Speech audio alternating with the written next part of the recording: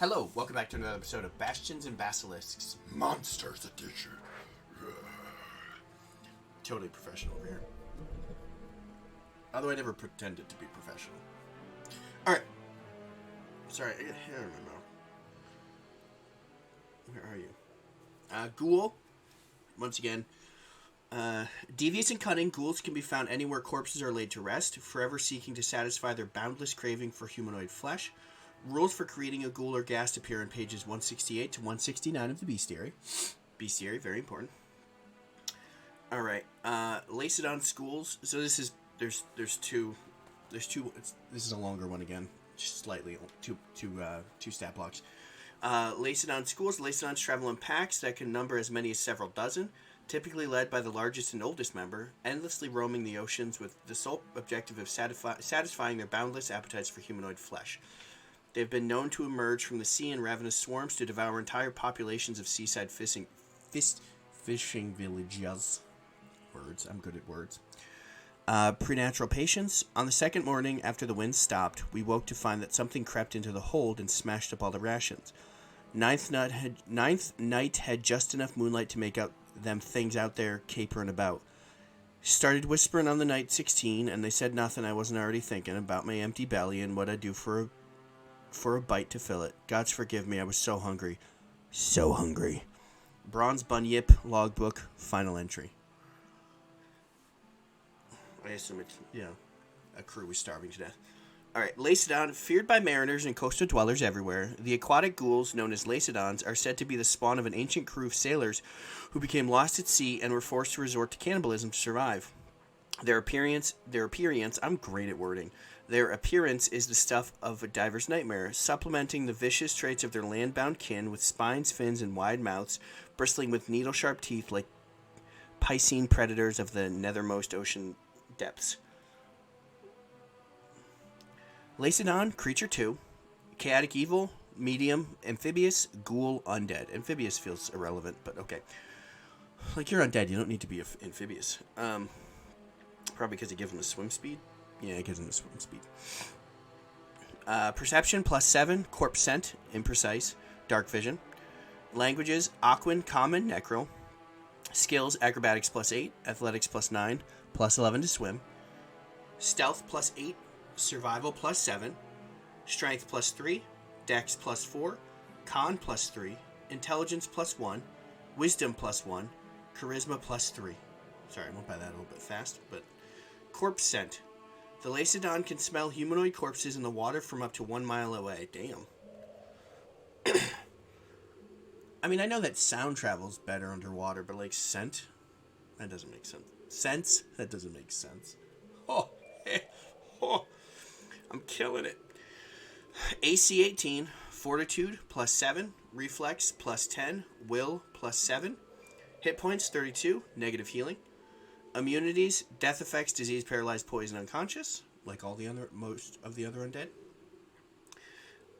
Speed 25 feet, swim 30 feet, melee, 1 action, jaws +10, finesse, damage 1d6 +5 piercing plus ghoul fever, melee 1 action, claws, or claw, +10, agile, finesse, damage 1d4 +5 slashing. Aquatic ambush, 1 action, 45 feet. Does it tell you what aquatic ambush is? Oh, page 212. Alright, I'm going to go find out what that is.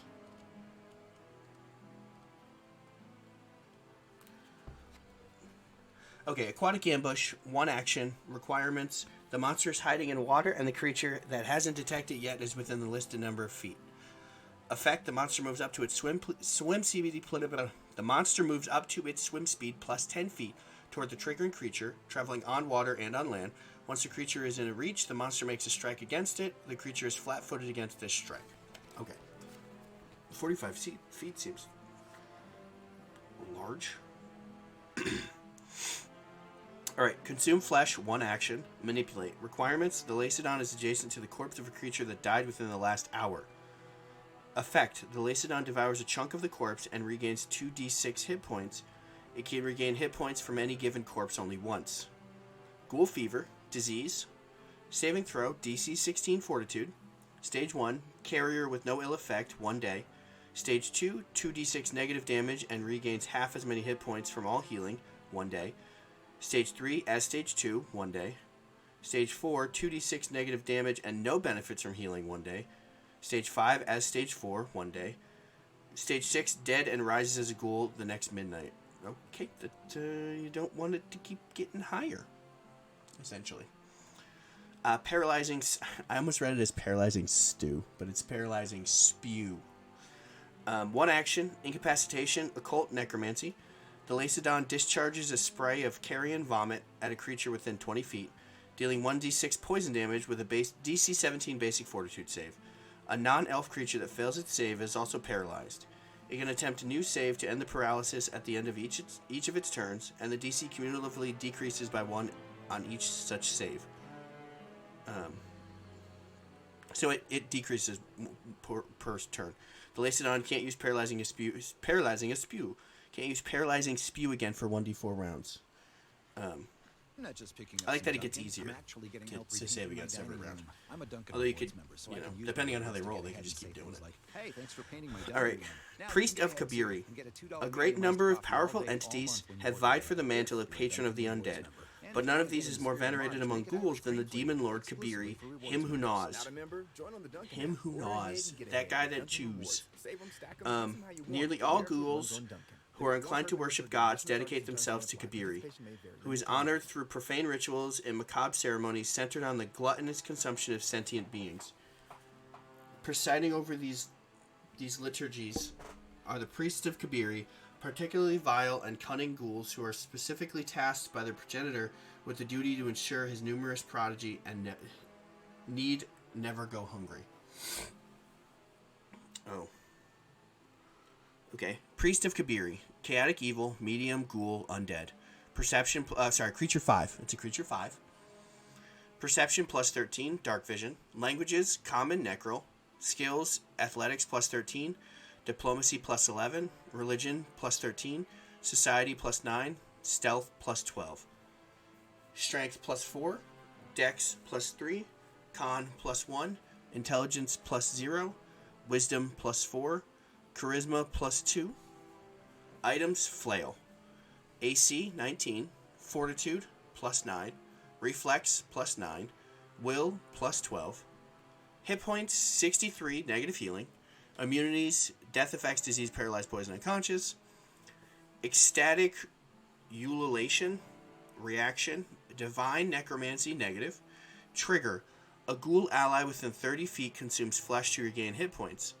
Effect, the Priest of Kabiri unleashes a rapturous howl in praise of their god. All ghouls within 30 feet of the Priest of Kabiri, including the priest but not the triggering ghoul, regain half as many hit points as the triggering ghoul.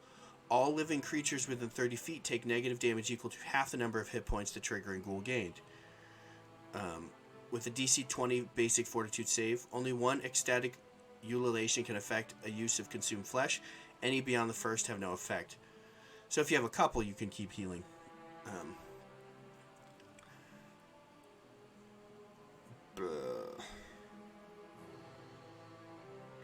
Or if you have multiple ghouls or multiple corpses, because it doesn't say you consume the whole corpse when they devour flesh or consume flesh.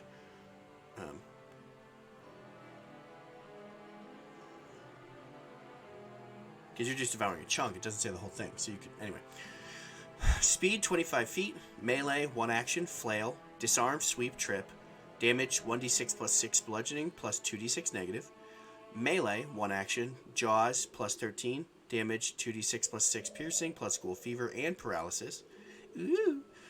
Melee 1 action, claw plus 13, agile, damage 2d4 plus 6 slashing plus paralysis. So these ones, the priests of Kabiri are more like ghasts, it seems like.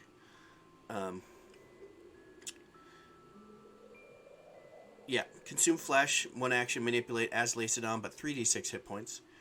Ghoul, fever, disease as Lacedon, but DC 20. Paralysis, incapacitation, occult, necromancy.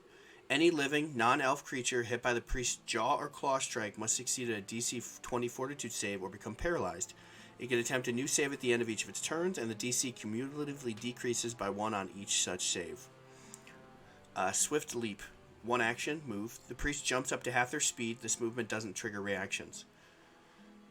Divine Prepared Spells, DC 23, attack plus 13. 3rd level, Chilling Darkness, Crisis of Faith, harm times 3. 2nd level, Darkness, Death Knell, Silence. 1st level, Bane, Bless, Fear. Cantrips, 3rd level. Chill Touch, Divine Lance, Forbidding Ward, Message. Cleric Domain Spells, 2 focus points, DC 23. 3rd level, Overstuff, and Touch of Undeath. Alright, so Him Who Gnaws. Legend holds the elf Kabiri was the first mortal to taste the flesh of his own kind. After his death, he was reborn as the first ghoul. Kabiri, Chaotic Evil. Edicts, eat the flesh of your own kind. Anathema, reveal secrets of the dead to non-believers. Despoil grave markers.